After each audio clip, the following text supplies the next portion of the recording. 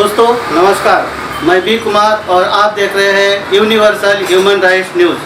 तो दोस्तों, आज हम व्यक्ति और विकास इस सीरीज के माध्यम से हम ऐसे व्यक्ति से मिलने वाले हैं जो है प्रभाग क्रमांक 52 के अध्यक्ष, और हम उनके बारे में आप तक उनकी जानकारी उनके ज़बानी पहुंचाने वाले हैं। तो आइए मिलते हैं ऐसे ही सबसे जो आपके सामने अपनी पहचान बताएंगी और अपनी कहानी बताएंगी। 8 मार्च जागतिक महिला दिन के उपलक्ष्य में हमारे चैनल के माध्यम से हम ऐसी महिलाओं से मिल रहे हैं कि राजकीय, सामाजिक और आर्थिक क्षेत्र में अपने कार्य से, अपने संघर्ष से समाज में अमिट पहचान बनाने वाली कुछ ऐसी महिलाओं से मिलने वाले हैं कि जिन महिलाओं ने अपने कार्य को करते हुए समाज में अपने एक अलग पहचान बनाई हो करके। तो इसी क्षेत्र में आज हम आए नरेंद्र नगर में और प्रभाग क्रमांक 52 में, और यहाँ पर पिंकी रानी शर्मा जी है जो कि राष्ट्रवादी कांग्रेस पार्टी के अध्यक्ष है इस वार्ड की, और इनसे मिलते हैं और रूबरू होना चाहते हैं कि उन्होंने अपने वार्ड में, अपने प्रभाग में क्या कुछ किया है महिलाओं के लिए, अपने वार्ड के लिए। और आने वाले समय में नागपुर में महानगर चुनाव है, और उस चुनाव में अगर उन्हें पार्टी अपना प्रतिनिधि अगर बनाती है तो वो अपने इस नगर से बनने के बाद में क्या कुछ करना चाहेंगी अपने वार्ड और प्रभाग के लिए। तो सबसे पहले हम मिलना चाहेंगे शर्मा मैडम जी से। मैडम जी नमस्कार, थोड़ा अपना नाम बताइए। नमस्ते, मैं पिंकी रानी शर्मा, प्रभाग क्रमांक 52 में रहती हूँ और मैं एनसीपी राष्ट्रवादी कांग्रेस पार्टी की वार्ड अध्यक्ष हूँ। मैडम, मेरा पहला सवाल आपसे ये है कि आपने जो सामाजिक कार्य समाज कार्य करती है, आप एक राजकारण में आई हुई है, तो समाज कार्य करती जो आपने किया उसको थोड़ा हमें बताएंगे। मेरा एक फ्रेंड सर्कल है। हम फ्रेंड सर्कल में हमारा ऐसा है कि हम जब बाहर निकलते हैं तो हमें रास्ते में कुछ मिलता है, कुछ दिखता है, तो हमारी आदत है हम उनकी मदद करें शुरू से। तो इस तरह से हमारा एक बड़ा सा ग्रुप बन गया, हमारे 200 लेडीज़ों का ग्रुप है। हम योग डांस करते थे, योग डांस करते करते वहीं पे मस्ती करने लगे, चिगड़ करने लगे। किसी की अगर हेल्प करना है तो हम वो ग्रुप के हिसाब से ही हेल्प करते थे। जैसे आज किसी को कोई काम है तो हम सब मिलके एक जने का काम करते थे। जैसे हमने बीसी खोला है, बीसी से जो पैसे आते थे उसमें थोड़ा बहुत पैसा निकाल के उसकी मदद करते थे। इस तरीके से हमने उस समय से वो प्रथा निकाले कि नहीं, हमको थोड़ा बहुत सोशल वर्क करना है, फिर उसी पैसे से बचाते थे। हम गेट टुगेदर भी करते थे और लोगों को एंजॉय करवाते थे। और हम तो करते थे, हमारे गार्डन में जो बुजुर्ग बैठे रहते थे, आने जाने वाले बैठे, हम उनको भी पकड़ते थे। अंकल आइए ना, आंटी आइए ना, हमारे साथ खेलिए ना, मजा करिए। उस हिसाब से मुझे ऐसा लगा कि नहीं, इस तरीके से हम अगर आगे बढ़ते हैं तो आज 200 है, धीरे धीरे लोग हमको उस हिसाब से पहचानने लगे और हम और फेमस हो गए।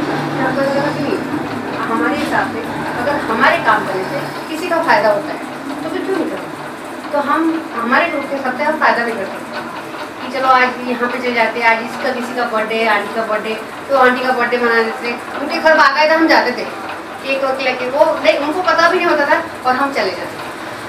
ऐसा हम छोटा काम करते करते हमारा एक ग्रुप बना के हम अपने ही ग्रुप में बाहर के लोगों को भी इन्वॉल्व करके उसको बड़ा करना चाहते हैं।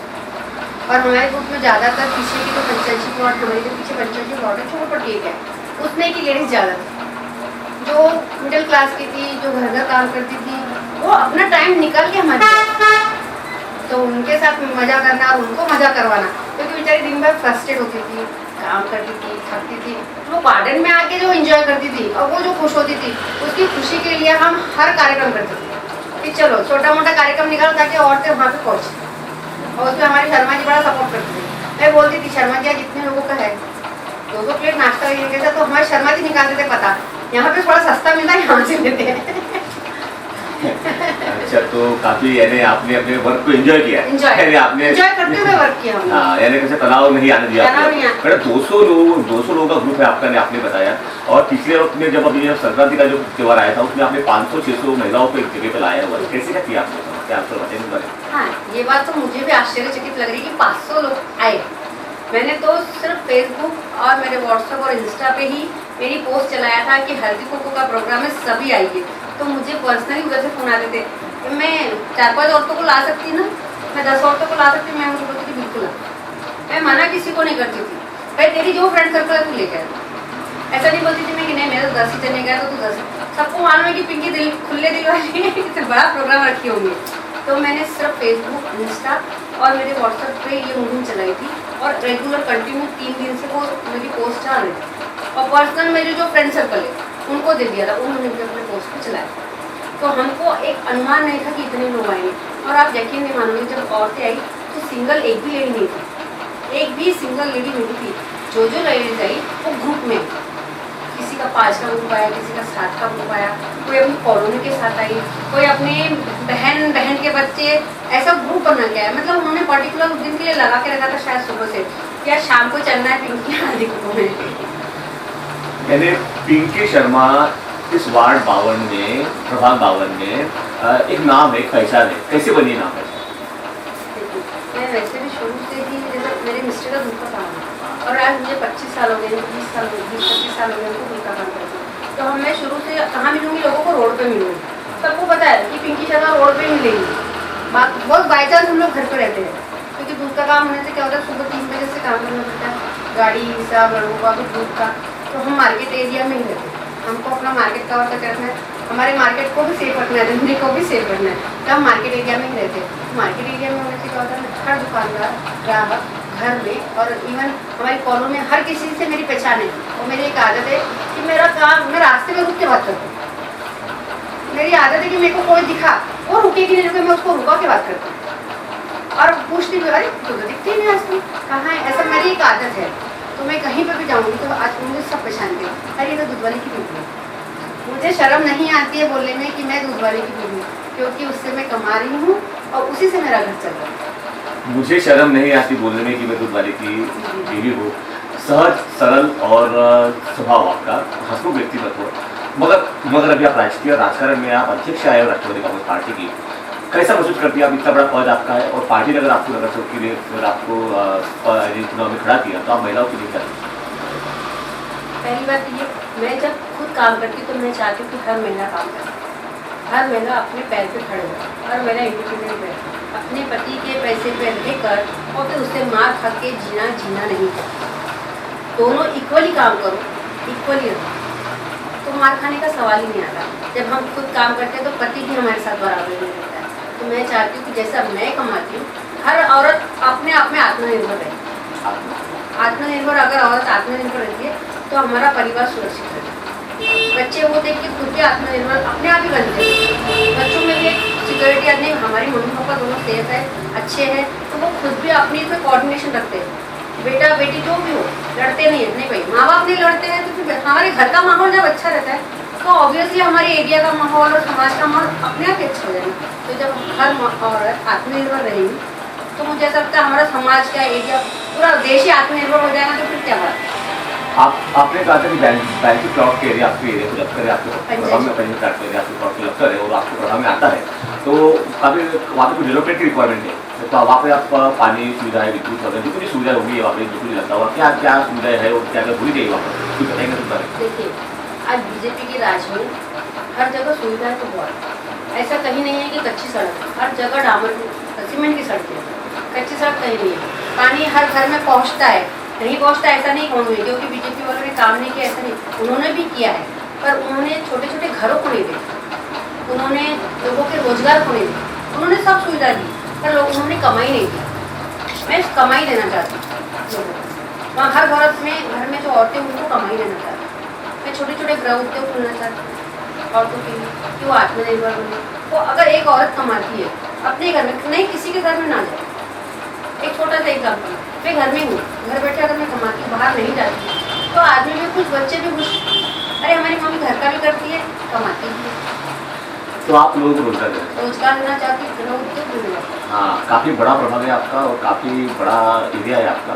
और मेरा पहला सवाल है कि कोरोना काल के अंतर्गत में जिन महिलाओं के घर में करते व्यक्ति नहीं रहे, जिनमें परिवार में दुख का सामना करना पड़ा, बहुत सारे लोग ऐसे हो गए आपको प्रभाव में दिए, उनके लिए आप क्या सोचते हैं?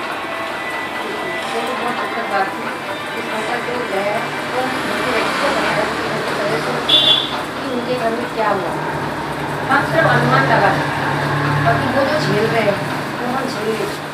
मेरा खुद का एक अपना सगा भाई था बड़ा वाला, वो खुद गया। मेरे माँ बाप को अगर मैं देखती हूँ तो मुझे वो एहसास हो जाता है कि आज अगर मेरे घर में मेरे कमाने वाला भाई चला गया तो मेरे माँ बाप को क्या बीतेगी। ये सोच के आप दूसरे घरों में अनुमान लगा लो कि इनके घर के अगर कमाने खाने वाले चले गए तो इनके घर में क्या बीत रही है। तो मैं तो यही चाहूँगी कि हर जिनके घर के चले गए उनके लिए सरकार ने स्पेशल कुछ करना चाहिए। भाई आप उनको कुछ नहीं दे सकते, उनका जो व्यक्ति गया उसको वापस तो मिला है, पर हाँ वो जो गया, जो जगह खाली हुई उस जगह को भरने की कोशिश तो करिए। नमस्कार मैडम, हमने अभी सुना है, अभी 2 दिन पहले ही हमने सुना है कि आपने एक हल्दी कुकू का कार्यक्रम बहुत बड़ा आपने लिया हुआ है। तो ये हल्दी कुकू का कार्यक्रम लेने का उद्देश्य आपका क्या है? देखिए, वैसे तो मकर संक्रांति के दिन के बाद से रथ सप्तमी तक हल्दी कुकू हर घर में मनाया जाता है जी। हर घर में हर लेडीज को भले 5-50 उम्र को 5 साल को बुलाती है। मतलब मेरा ऐसा था कि एक हल्दी कुकू का प्रोग्राम ही ऐसा है जिसमें लेडीज निकलती है, वहाँ तक पहुँचती है। बाकी कार्यक्रम में लेडीज कार जाती है, और हल्दी कुकू का कार्यक्रम है तो हर लेडीज वहाँ तक पहुँचती है, रचती है, संवरती है, वहाँ पे पहुँचती है। वहाँ उनके मिस्टर साथ नहीं रहते, नहीं, तो वो खुल के इंजॉय कर सकते हैं। अगर हमारे घर वाले साथ में रहते तो हम खुल के इंजॉय नहीं करते, पर वहाँ जहाँ जेंट्स है ही नहीं, सिर्फ लेडीज़ का ही अपना एक अंदाज रहता है, कोई टोकने वाला नहीं है, कोई बोलने वाला नहीं है, तो लेडीज़ के सारे अरमान निकाले। तो हर लेडीज़ में कहीं ना कहीं कोई ना कोई प्रतिभा होती है, कोई गाना अच्छा गा लेती है, कोई डांस अच्छा कर लेती है, कोई मस्ती मजाक अच्छा कर लेती है। मेरे जैसे तो जाके चिमटे भर भर के मजाक कर लेती है, गले लपट लेती है। क्योंकि लेडीज़ है, ग्रुप है, अपने फ्रेंड सर्कल आ रहे हैं, बहुत दिनों के बाद मिलते हैं, तो मैंने ऐसा सोचा था कि भाई इस बहाने लेडीज़ बाहर निकलेंगी और उनकी ये प्रतिभा यहाँ पे हम स्टेज देते हैं, तो वो अपने स्टेज पे वहाँ पे अपनी प्रतिभाएं दिखाएंगी जो वो घर पे नहीं दिखा पाते, है ना। तो हमने वहाँ पे उनको बुलाया, इन्विटेशन दिया, प्रत्येक हर लेडीज़ आई थी। मुझे इस बात की तसल्ली है कि हर किसी को ऐसा लगा था कि हमको वहाँ चलना है और इन्जॉय करना, और लेडीज़ों ने खुल के इन्जॉय किया, नाचा भी, गाया भी। जिसको जो बता रहा था वो खाने बहुत अच्छा लेती थी। अच्छा। मैं तो हिंदी साइडर हूँ, पर मैंने देखा है कि मराठी साइडरों में हल्दी कुकू में उखाने लिया जाता है, और हमने उसका कंपटीशन रखा, उखानों का कंपटीशन रखा था। उसमें भी लेडीज़ों ने बढ़ चढ़ के भाग लिया था, एक से एक उखाने हमको सुनने मिले थे। जो लेडीज़ गाती है घर में जब गुनगुनाती, जैसे मेरे से गुनगुनाती रहती, वहाँ उनको माइक मिलने से उनकी प्रतिभाएं खुल गई, भले तो टूट गया पर गाया। प्राइस के चक्कर में बोलो, चाहे मजा करने के चक्कर में बोलो, या हमको माइक हाथ में मिल रहा है, हमको स्टेज मिल रहा है, हम अनाउंस कर रहे बार बार, भाई ऐसा मौका मिलता नहीं है, स्टेज मिला है, एंजॉय कर लो। तो बच्चे भी आके कुछ ना कुछ बोल के जा रहे थे, तो उसमें हमको भी बहुत मजा आया। बहुत अच्छा लगा मैडम आपसे सुनकर कि महिलाओं के लिए आप इतना आगे बढ़ चढ़ कर काम कर रही हैं, और महिलाएं बहुत ज़्यादा यानी आपके कार्यक्रमों में आकर ये उन्मुक्त भाव से जो पेश कर रही है, जैसे आपने अभी बताया है कि उन्मुक्त भाव से वो गाना गा रही है, डांस कर रही है, बच्चे भी उसमें सहभाग हो रहे हैं। तो ये मैं खुद ये चाहती हूँ या लोग ये चाहेंगे कि आप आगे जाके महिलाओं के साथ न्याय कर सके और उन्हें सही मार्ग बता सके कि हर एक कानून क्या होता है। सबसे पहले ये है क्योंकि बहुत सारी महिलाओं को पता नहीं है कि बेसिक नीड क्या है और बेसिक चीज़ें क्या है, ये नहीं मालूम है। वो एक हाउसवाइफ बन के रही, और आपने आज एक हाउसवाइफ को अगर बाहर निकाला है तो बहुत बड़ा कार्य किया है। बहुत बहुत धन्यवाद। राजेश शर्मा जी, आपकी पत्नी वार्ड अध्यक्ष है और काफ़ी हंसमुख चेहरा है, काफ़ी लोकप्रिय चेहरा है आपके वार्ड का। आप कैसा कोशिश करते हैं आपकी पत्नी किस मुकाम पर है? मुझे तो बहुत अच्छा लगता है क्योंकि वो आगे बढ़ेंगे तो हम भी आगे बढ़ेंगे, और लेडीज़ लोगों को वो सपोर्ट कर रही है, तो उससे अच्छा हो तो ये है। गरीबों को मैं पहले से ही ज़मीन लेवल से जुड़ा आदमी हूँ, गरीबी क्या चीज़ है वो मुझे मालूम है, इसलिए मेरी कोशिश तो कर रही है लेडीज़ों के लिए और सभी लोगों के लिए। तो मुझे बहुत अच्छा लगता है, इसलिए मैं उसको और आगे बढ़ाना चाहता हूँ, वो आगे बढ़। काफ़ी प्रेरणा दे रहे हैं आप, काफ़ी मोटिवेट कर रहे हैं आप अपनी मिसेस को, अपनी पत्नी को, ताकि वो समाज में अच्छा कार्य कर पाए। और चीज भवन का जो एरिया है, आपने कहा था कि आपने चीज भवन के एरिया में तो सामाजिक कार्य किया है, आप कुछ कार्य करना चाहती है, क्या खास होता है तो बताएंगे आप इस बारे में? चीज भवन का एरिया है ना, एस्पेक्ट है तो आधा मिडिल क्लास का है, मतलब वहाँ लोगों का ध्यान नहीं देता, हमारी सरकार उतना ध्यान नहीं देती।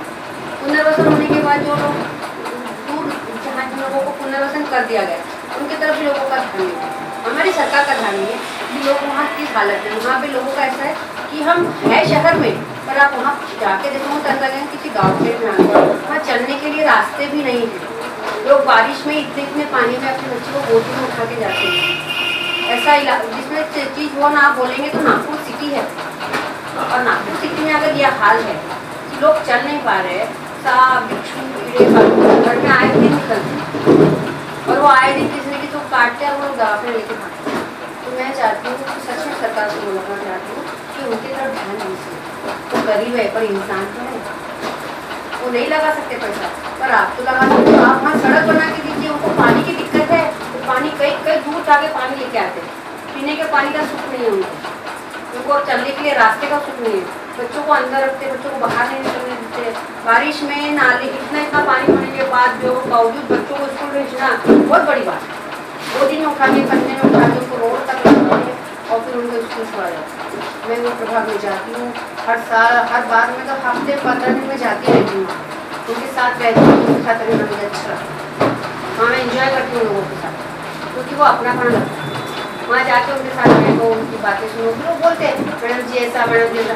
मैं उनको साफ बोलती हूँ मेरे बस में जितना रहेगा उतना दो, पर मेरे पास पावर तो हो, मेरे पास पावर रहेगा तो मैं उनकी पूरी मदद करूँगी बिल्कुल। क्योंकि मुझे पता है जब 2 आँख 1 नाक 1 मुँह 2 कान जैसा मुझे वैसा उनको भी, उनकी भी सोच है, उनको भी समझता है।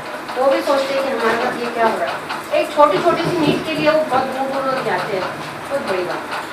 चीज भवन का एरिया नागरिक सुविधा से वंचित है, मूलभूत अधिकारों से वंचित है। ये बात हमारे चैनल के माध्यम से पिंकी शर्मा जी बताना चाहती है प्रशासन को और आह्वान कर रही है कि वहाँ पर नागरिक सुविधा जल्द मुहैया कराए और आने वाले किसी बहुत बड़े आंदोलन के लिए तैयार करें।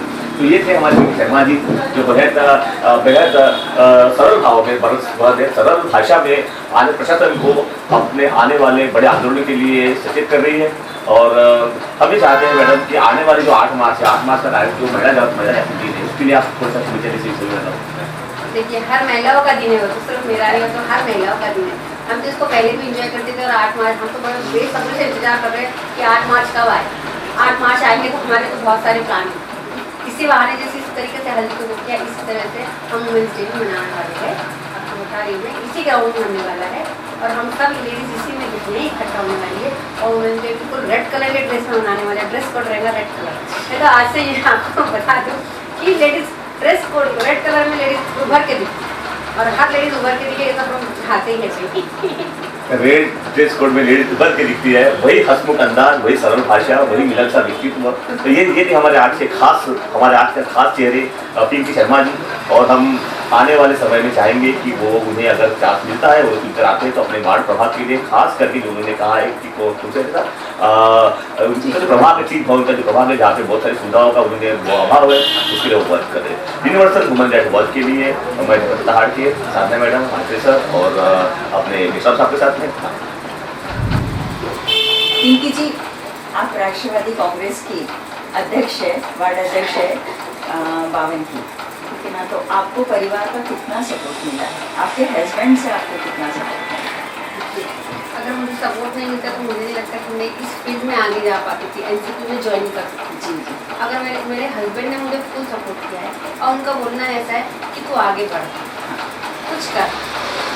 उन्होंने बहुत मुझे सपोर्ट किया है, इसलिए मैं आगे बढ़ी हूँ, इसलिए मैं कुछ ना कुछ कर पाती हूँ, नहीं तो मैं नहीं कर पाती। अगर घर का हमको पारिवारिक सपोर्ट ना मिले तो महिला कुछ नहीं कर सकती, बिल्कुल है ना। और मैं सच में चाहती हूँ, मैं दिल से मानती हूँ कि मुझे शर्मा जी हर मोमेंट पे, हर मौके पर मुझे सपोर्ट करके आगे जाने देते। मुझे कहीं खींचते नहीं कि तू पीछे हो जाए, तू रुक जा मत जा। मुझे खुद होके बोलते हैं कि यहाँ जाना है, तू तैयार हो। तो जब वो बोलते हैं कि नहीं जाना है तो तैयार हो जा, मतलब ऐसा है कि उनकी भी राजी है। नहीं तो व्यक्ति खुद ही बोलते कि नहीं क्या करती जाता है, पर हमारे शर्मा जी बोलते कि नहीं जाना है, चलो निकलो तैयार हो जाओ। उनका मतलब ये 2 जिसमें 1 जान वाली बात हो गई। और इतना नहीं, मेरे बच्चे भी बहुत सपोर्टिव है। जी। तो जब बच्चे बोल देते कि मम्मी हम संभाल लेंगे तुम जाओ, तो फिर मैं फ्री होके जाती हूँ, बिना टेंशन के जाती हूँ। और फ्री होकर बिना टेंशन के गए तो फिर काम अच्छा होता है। तो मुझे घर की चिंता बहुत कम रहती है। बाहर जाने के बाद फिर मुझे घर का ऐसा होता है नहीं घर में है बच्चे संभाल लेंगे। अगर इनका सपोर्ट ना रहा तो मैं आगे नहीं बढ़ता। इसीलिए बोलते हैं कि फैमिली का सपोर्ट सबसे पहले बहुत ज़रूरी होता है राजनीति में, तो बहुत खासकर हस्बैंड और बच्चों का या पूरे परिवार का सहयोग रहना बहुत ही ज़्यादा जरूरी है। दोस्तों, तो ये थे पिंकी शर्मा जो प्रभाग क्रमांक 52 के राष्ट्रवादी कांग्रेस के अध्यक्ष है। तो आपने सुना है उनकी कहानी, उनके जुबानी। तो मैं भी कुमार, तब तक के लिए नमस्कार।